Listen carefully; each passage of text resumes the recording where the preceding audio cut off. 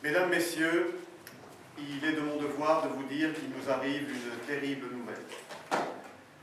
Notre directeur, notre ami, le fondateur de notre formation, Bernard Solaire, est mort ce matin au Mozambique. Nous venons de l'apprendre et notre douleur, vous vous en doutez, est immense. Pourtant, nous avons voulu, mes confrères et moi-même, assurer à sa mémoire le concert de ce soir et... Ça va comme ça, j'ai dit ce qu'il faut dire. Je ne peux pas. Je n'y arriverai pas, je ne peux pas. Il faut jouer, nous l'avons tous décidé tout à l'heure. Nous étions tous d'accord. C'est bien ce qu'il aurait voulu, non? Pour aucun d'entre nous, il n'aura annulé un concert. Alors sèche-toi, mouche-toi et répétons s'il vous plaît. Je ne peux pas. Pardon, Anne, pardon à vous tous, mais je ne peux pas. Alors Laurence, nous jouerons sans toi.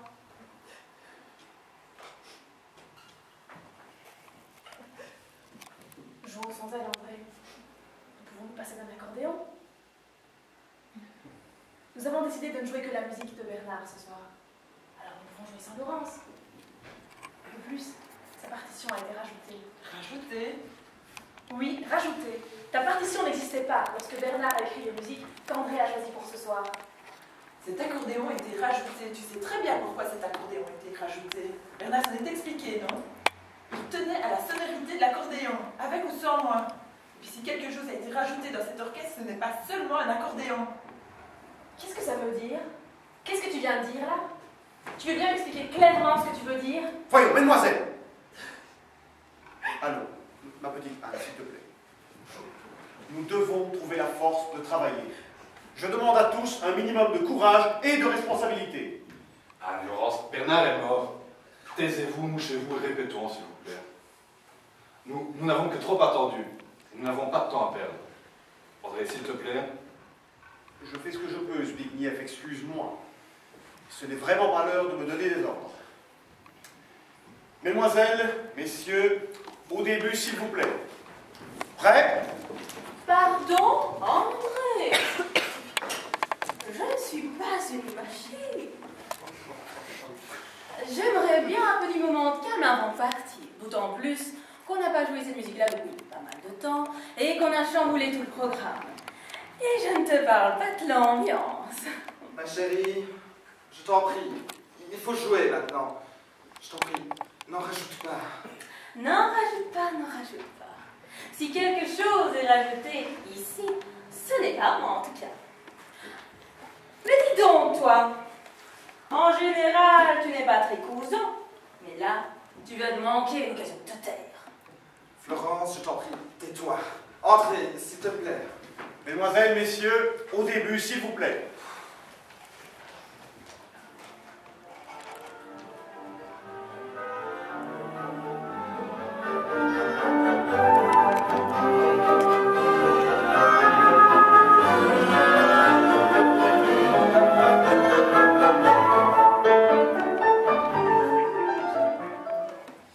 J'avais dit que je ne pouvais pas jouer. Et surtout pas cette suite-là. Bernard ne l'aimait pas. Il l'avait supprimé du répertoire depuis l'échec de Francfort en 89.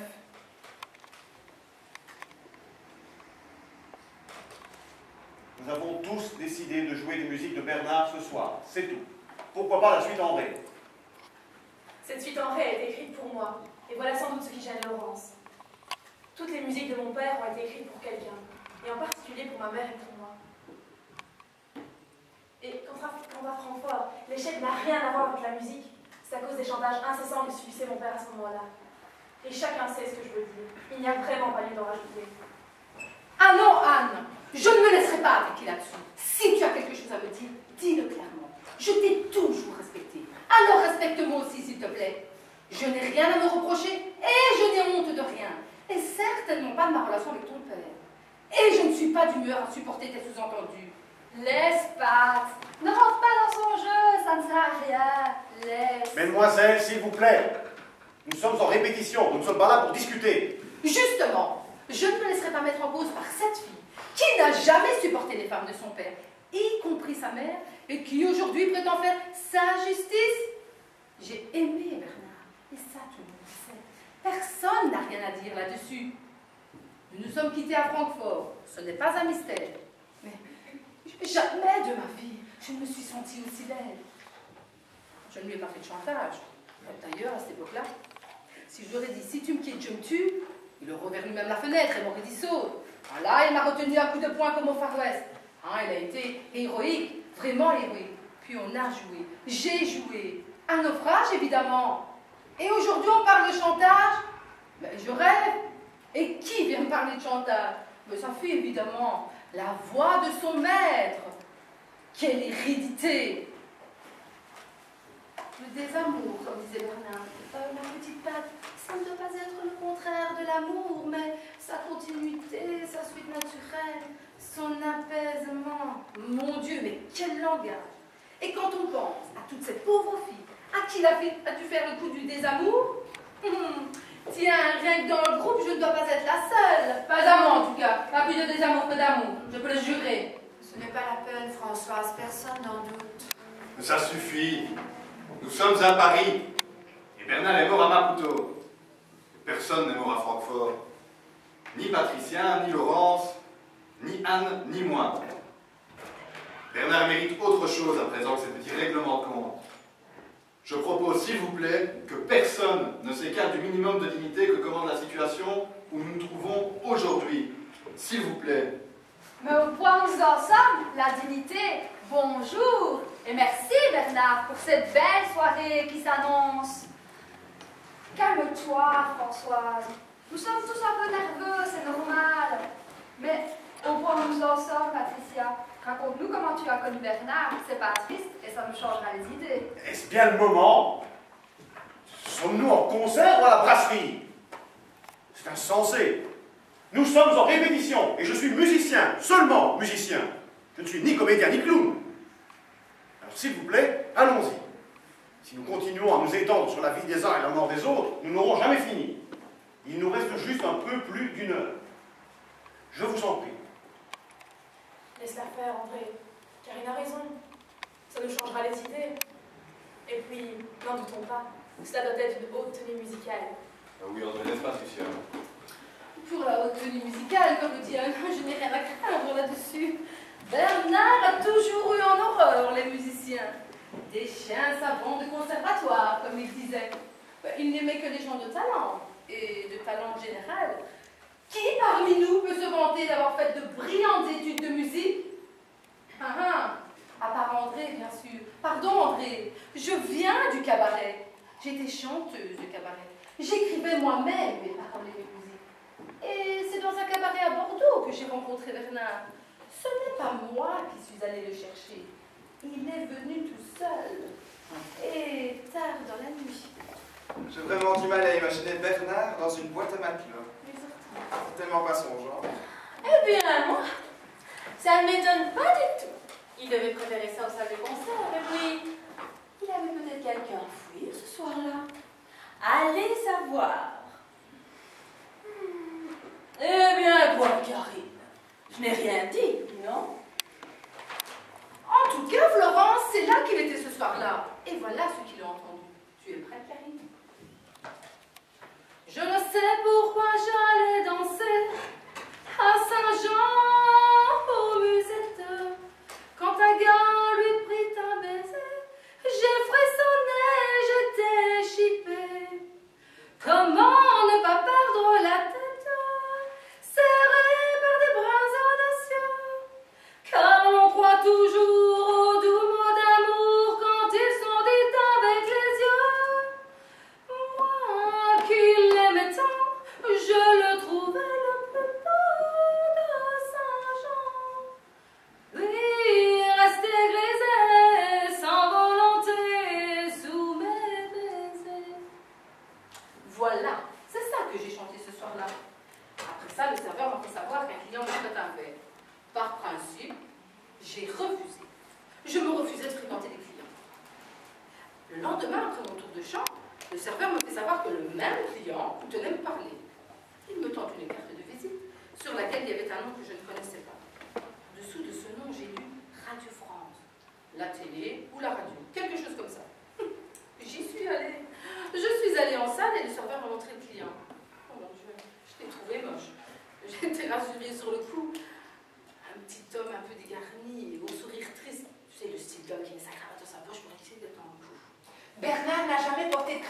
lors des soirées de concert, et encore. Mais peu importe, c'est juste l'impression qu'il m'a faite. Et puis, il m'a fait des compliments sur mes chansons. Il m'a demandé si j'en avais d'autres. Et que je méritais meilleur accompagnement et surtout meilleur public. Et puis, il m'a parlé. Que de moi, jamais de lui. C'est drôle. J'avais confiance en lui. J'étais sûre de lui. Sûre qu'il avait raison. Comme s'il me connaissait par cœur. Et puis, je finis par lui dire que je quittais Bordeaux dans 2 semaines pour monter sur Paris. J'ai décidé ça comme ça dans ma tête. Je lui ai dit ça comme si c'était préparé depuis longtemps. En vérité, non, je venais de décider. Ensorcelée que j'étais. Pas amoureuse du tout, mais ensorcelée, j'avais envie de le suivre. Pas dans sa chambre, mais à Paris ou n'importe où. Au bout du monde, comme on dit, au bout du monde. Et il était vraiment le type d'homme qui n'aurait pas dû me séduire à cette époque-là de ma vie. Un petit jeu au beau parleur. Et puis voilà. Un vrai roman photo. Et alors, tu l'as suivi à Paris. Comme ça. Tu as ramassé les petites culottes et tu as sauté dans le train. Mais quelle vulgarité! Même aujourd'hui, elle n'arrive pas à se retenir. Je ne vois pas ce qui est vulgaire à parler de petites culottes. Et surtout aujourd'hui. Si ça se trouve, il en avait plein sa valise, ma couteau. Florence, sûrement pas la mienne en tout cas. Personne n'en doute, Françoise. Un peu de dignité, je vous le demande une seconde fois. Silence, tout le monde. Continue, Patricia. On en finisse avec ton histoire. Et après, musique, n'est-ce pas, André? Bernard m'a laissé sa carte avec son adresse. Une semaine après, je débarque à Paris. Je tombe sur une femme glaciale.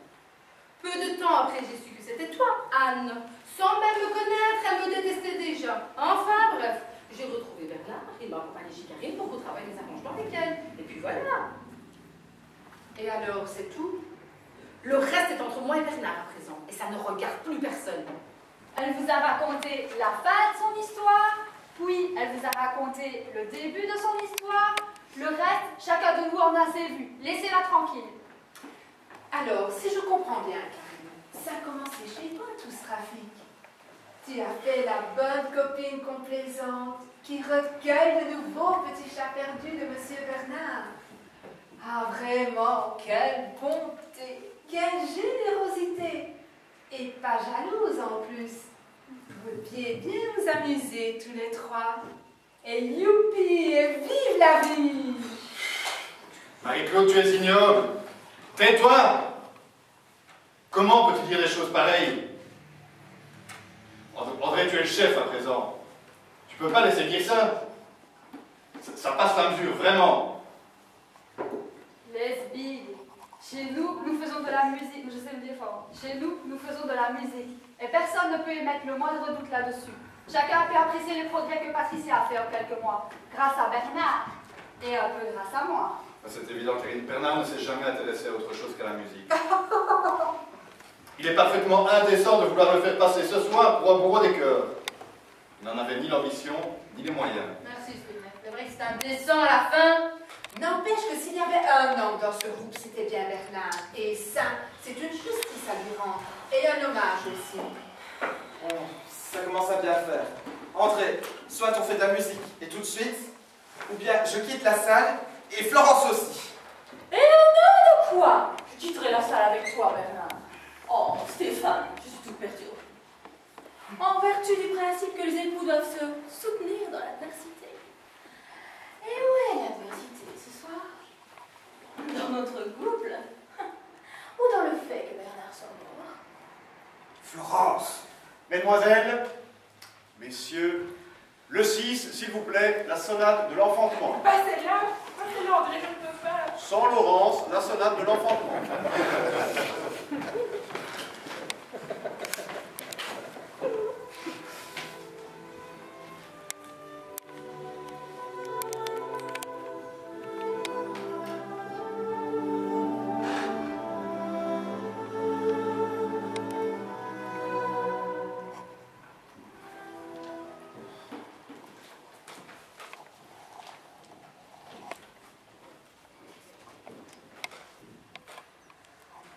Je dois vous dire une chose à vous tous. Autant que vous le sachiez à présent. J'attends un enfant. J'attends un enfant de Bernard. Quelle soirée! Mon Dieu, quelle soirée!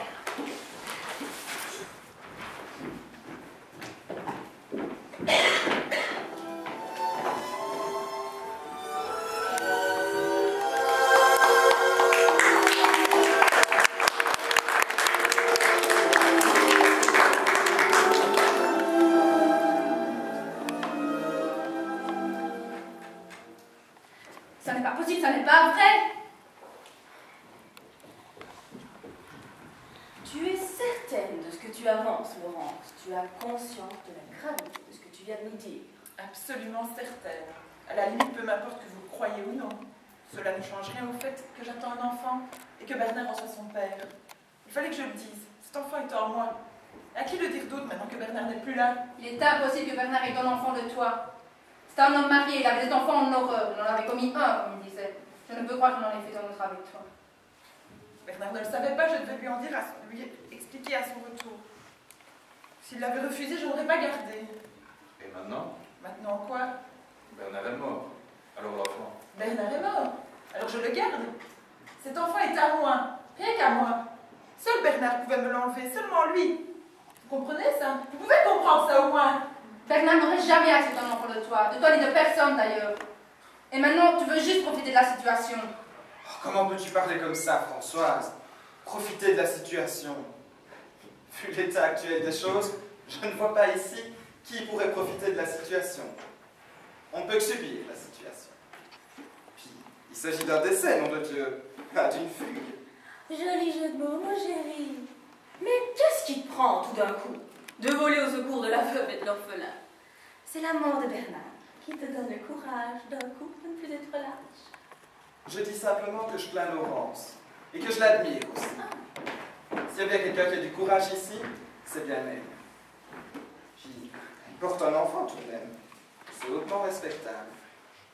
Ce n'est pas toi qui aurais le courage de porter un enfant. Nous y voilà.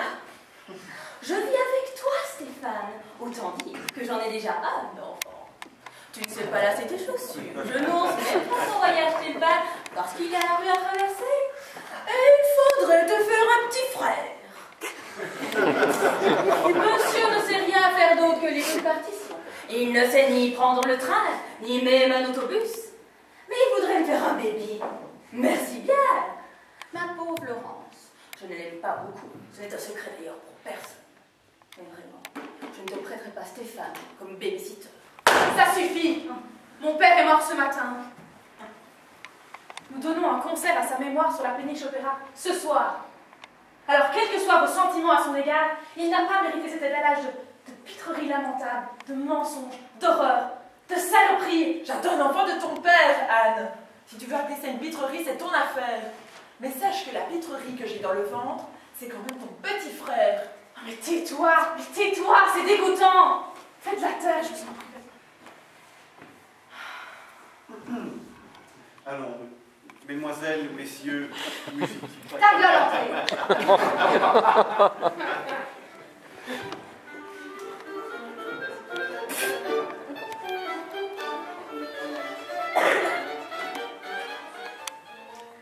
Alors, Laurence, c'est un garçon? Musique, entrée, musique.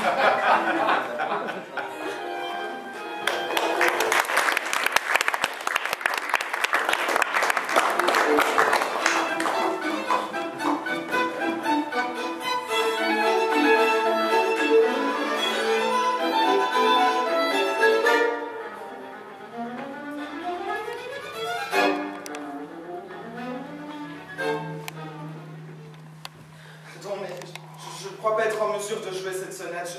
Je vous prie de m'excuser. Arrête de t'excuser tout le temps. C'est un garçon. Alors, enfin, excuse-toi d'exister. Une bonne fois pour toutes, dès qu'on en parle plus. Mais excuse-moi, meuf Laurence. Mais enfin, qu'est-ce que je t'ai fait aujourd'hui? Tu ne m'as jamais parlé comme ça. Je te parle tout le temps comme ça, mais tu ne t'en aperçois pas parce que nous sommes seuls. Et quand nous sommes seuls, tu ne m'écoutes pas. Et puis tais-toi, tu m'agaces. Ta voix m'agace. Ta vue m'agace, ton odeur m'agace. Tais-toi, Stéphane. soir. On est tous un peu à cran aujourd'hui. On a tous perdu Bernard, après tout. Enfin, toi plutôt moins que certains d'entre nous. Enfin, qu'est-ce que tu as aujourd'hui? Tu t'en prends à tout le monde depuis cet après-midi. Tu es incroyablement indécente. Tu ne fais rien pour empêcher les gens de mourir, mais tu es la première à l'enterrement. On entend que toi à la fin, c'est incroyable. Qu'est-ce que tu veux dire par là? Je dis simplement que certains de nos camarades ont perdu bien plus qu'un patron ou un simple ami. Ah oui. Anne, d'accord, c'est sa fille. Mais pour les autres, le fait d'avoir couché avec Bernard ne rend pas leur douleur plus sacrée. Ni plus Là, la petite. maison. Ça va, Françoise? Il n'y a pas que la coucherie. Et puis quand bien même, faire l'amour, ça crée des liens, non? Hein? Faire l'amour, ça crée des liens. Alors, si ça crée des liens, comme tu dis, souffre autant que les autres de la disparition du grand homme. Je peux être moi aussi une veuve de guerre. Moi aussi, je peux faire partie du cœur des malheureuses. Comment? Tu peux être plus clair? Pour être clair, j'ai moi aussi couché avec Bernard. Ne manquez plus que ça. Quelle journée, mon Dieu, quelle journée. Appelez-moi si vous voulez répéter.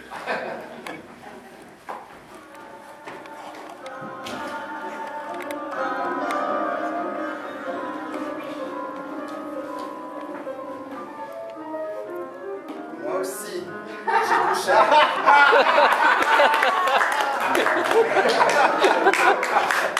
Moi aussi, j'ai couché avec Bernard. Il y a quelque chose, mon chéri. Laurent, ça suffit, laisse-le. Oui, ça suffit tous les deux. Vos histoires ont cessé de nous intéresser, et depuis longtemps. C'en est trop à la fin. Mon père était un musicien, un artiste. Il a consacré sa vie à la musique, et la musique lui doit beaucoup.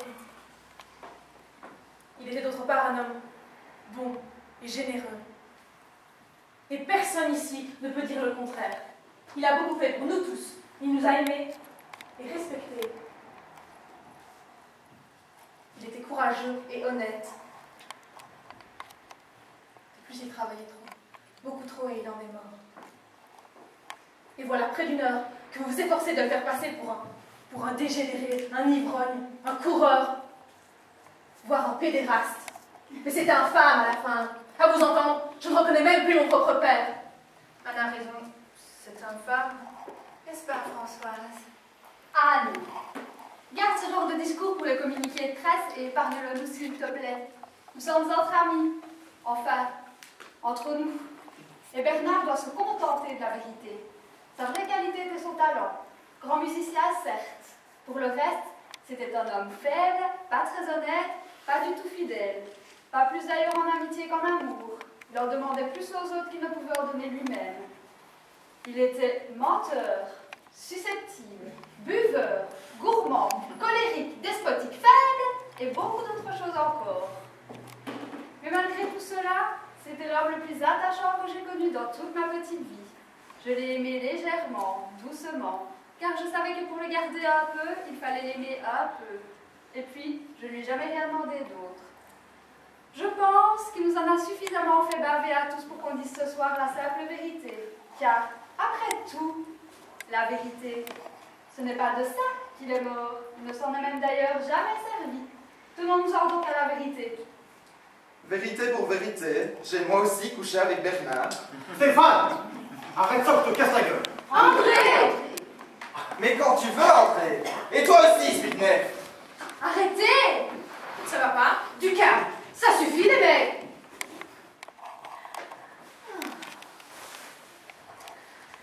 Laissez-les, les filles. Ce sont des histoires d'hommes. Cela ne nous regarde pas. Ils vont régler ça à la loyale. Allez, loyal. Tu t'y connais, toi, en loyauté. Hein? Passer la nuit dans les bras de Bernard, alors que je suis en train d'enterrer ma mère. C'est loyal, ça. Hein? Et Bernard, qui saute sur ma femme, alors que je suis en train d'enterrer ma mère. C'est loyal, ça. Et Zbigniew, qui voit tout et qui ne dit rien. C'est loyal, ça. Hein? Et André, qui m'a couché habilement dans le lit de Bernard. C'est loyal, ça. Hein? Ça va, Stéphane, Bernard est mort. On va pas s'égorger entre nous. Après tout, il y a prescription. On a tous couché avec Bernard. On va passer le réveillon là-dessus. Ah, pardon, moi jamais. Moi non plus. Et là, ce n'est vraiment pas de ta faute, tu n'as jamais voulu. T'imagines me faire de la peine? Ma pauvre Marie-Claude. La relation que j'avais avec Bernard était d'une autre nature, autrement plus enviable. À moi, il offrait des roses, pas des paires de collants. C'est à moi qu'il montrait sa musique. À moi de devenir en pleine nuit une cabine souvent, parce que ce qu'il avait à me dire était inavouable pour lui, inécoutable pour vous. Il me parlait de sa musique, de la grâce de l'accord, du charme de l'art, de la nécessité de l'accordéon pour dédramatiser une ligne de violoncelle, de la dérision qu'apporte la contrebasse jouée à l'archet, de l'humour de la flûte de Pan. Cela le reposait de vos câlins, de vos bisous, de vos affections. Je ne lui ai jamais dit au sortir de scène, Bernard, il faut que je te parle. Et ça, je vous l'assure, il m'en a gardé une reconnaissance éternelle. Du repos, ne voulait que du repos.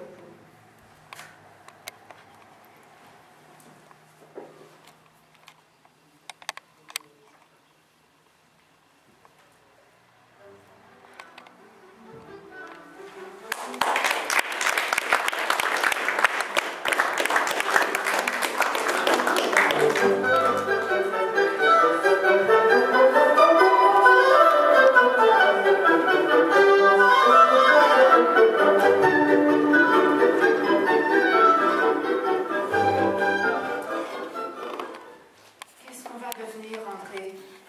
Je n'en sais rien, moi. Pourquoi me regardez-vous tous comme ça? Oui, André, qu'est-ce qu'on va faire à présent? Pourquoi me demandes-tu ça à moi? Écoutez un peu ça, André, voulez-vous?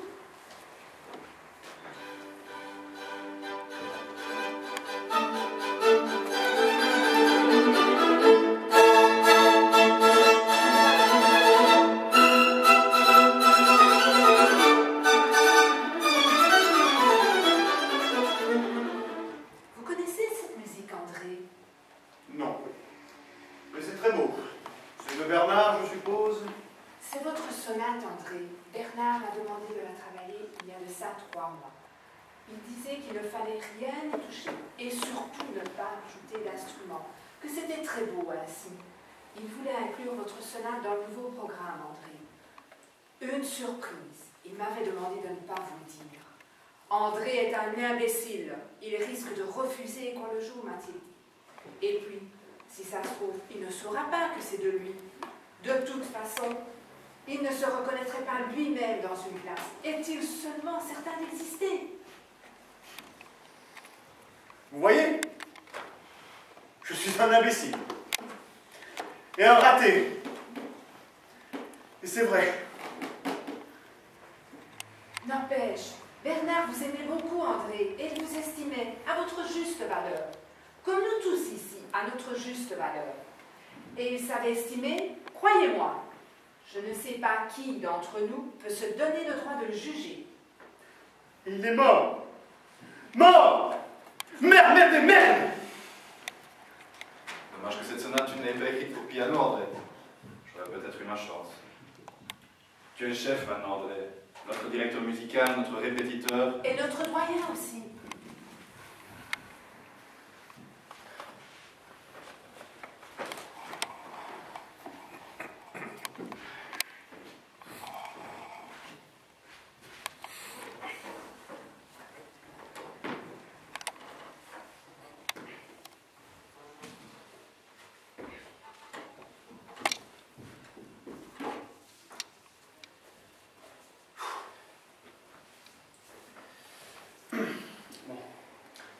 On a une tournée dans le sud, à partir de lundi.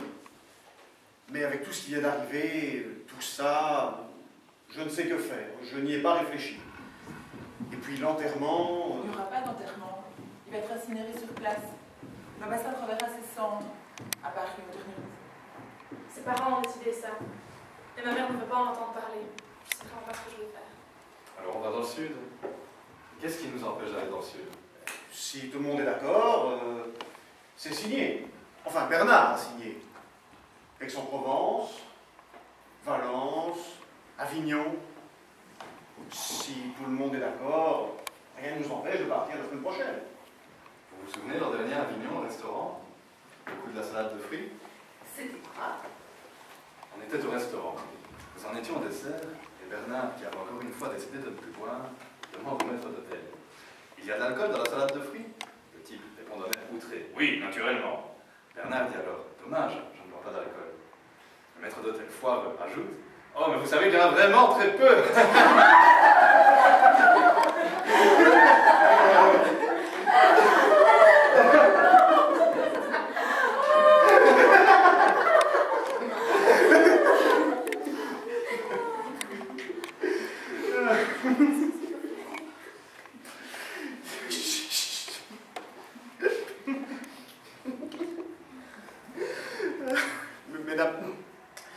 Mesdames, Messieurs, je vous demande de bien vouloir nous excuser et nous comprendre.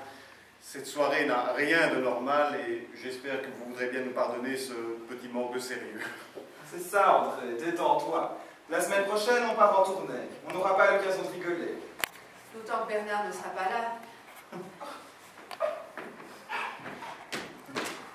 Et meilleure musique, André? Laurent, c'est sorti.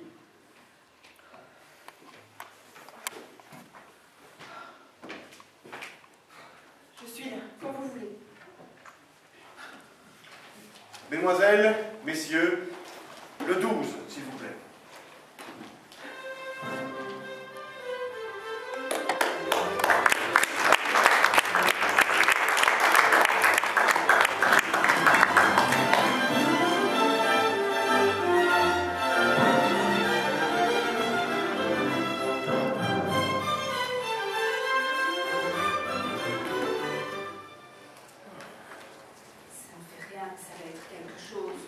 Quelque chose ne va pas, Marie-Claude? Tout va bien, André. Je me demandais seulement si tout le monde serait d'accord pour partir en tournée la semaine prochaine. La question ne se pose pas. C'est signé, les affiches sont sur les murs. Si ça se trouve, toutes les places sont louées. Par mauvais esprit, Zbigniew, s'il te plaît. N'empêche qu'avec tout ce qui vient de se passer... Il s'est passé que Bernard est mort. Et rien d'autre ne s'est passé qui ne puisse s'oublier à part la mort de Bernard.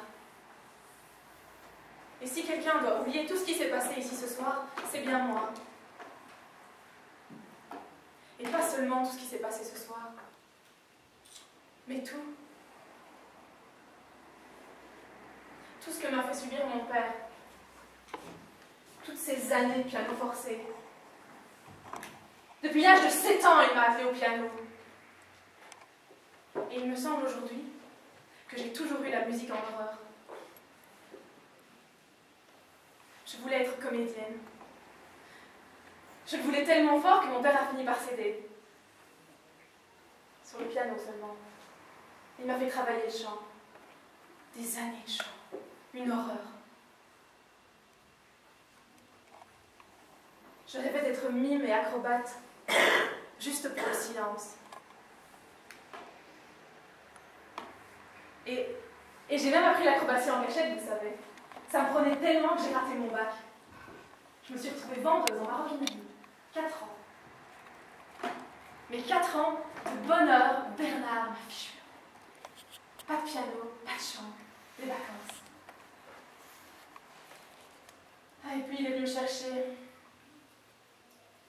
Il venait de fonder le groupe et il avait besoin de moi, envie de moi. J'ai refusé. Alors il m'a envoyé André pour me baratiner. Et tu as si bien su me vendre mon papa, André. Me parler de sa détresse, de ses remords à mon égard, du besoin qu'il avait de ma présence, de son amour pour moi. Irrésistible. Tu as été irrésistible. En fait, tu m'as mis dans la tête que moi seule pouvais le sauver. Je suis venue et voilà. 6 ans que je lui sers de souffre-douleur. À chaque fois qu'il devait passer ses nerfs sur quelqu'un, Tu n'étais pas la seule, Anne. Hein. J'en ai eu ma part de ces colères. Chacun en a eu pour sa part. Quand il en avait appris quelqu'un, c'était toujours un autre qui prenait. Toujours un autre. Qui aime bien Châtillier, disait-il. Oui, enfin, tout ça pour dire que si quelqu'un a vraiment fait des sacrifices, si quelqu'un a vraiment à se plaindre ici, c'est bien moi. Et c'est pourquoi ce soir je suis vraiment très secouée par ce qui se passe. Enfin, par la mort de Bernard. Mais j'ai pas de vrai chagrin. J'ai eu tellement envie depuis si longtemps de me débarrasser de lui que j'arrive pas à être accablée. Je me sens un peu comme ma maman. Usée. Un peu comme ma mère et un peu comme tous ceux qui l'ont connue de trop près. Usée.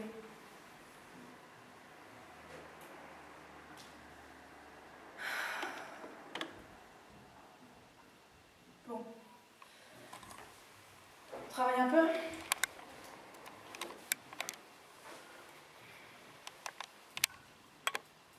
Allez, venez, milord, vous asseoir à ma table. Il fait si froid dehors, ici c'est confortable. Laissez-vous faire, milord, et prenez bien vos aises, vos peines sur mon cœur, et vos pieds sur une chaise. Je vous connais, milord, vous ne m'avez jamais vu.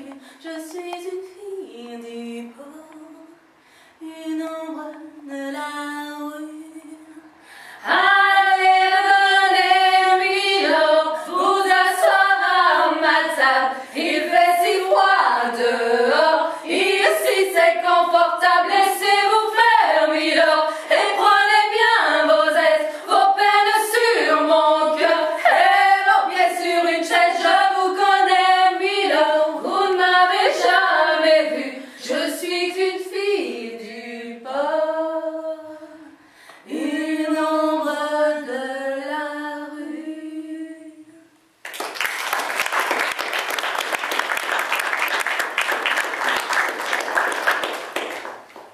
Voilà, c'est oublié.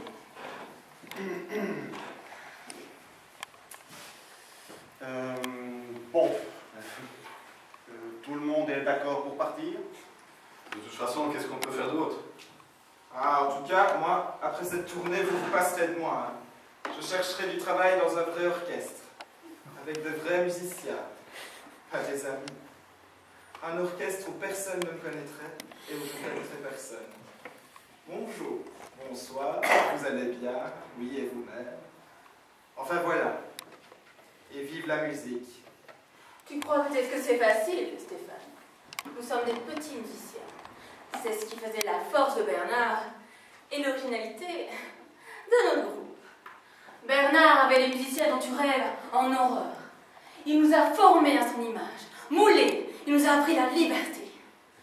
Va donc t'asseoir entre deux zombies à présent. Va-t'en essayer de faire de la musique avec eux, tu n'y arriveras pas. Ouais, c'est toi qui le dis.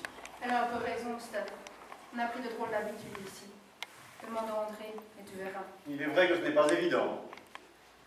Pour moi, je n'ai pas envie de jouer ailleurs. Si on arrête, je me réfugie dans une école de musique, une école privée, et j'attends la retraite. Oh oh! Alors les grands, on sauve la recette? Moi je reprends mes petites chansons et je retourne au bastringue si je veux et quand je veux. Allez, venez, milord. C'est facile à dire, mais dans le fond, tu ne le feras pas. Tu ne veux pas retourner là-bas. Oh ça va, ferme-la. Et puis, lequel d'entre nous voudra encore retrouver ces petits feuillets roses? Et toi, Laurence, tu viens avec nous la semaine prochaine? Oui, tant que je peux suivre. Après, je ferai mon petit et on verra. Et tu l'appelleras Bernard? Patricia? Ça, je n'ai pas compris. Bon, tout le monde est d'accord.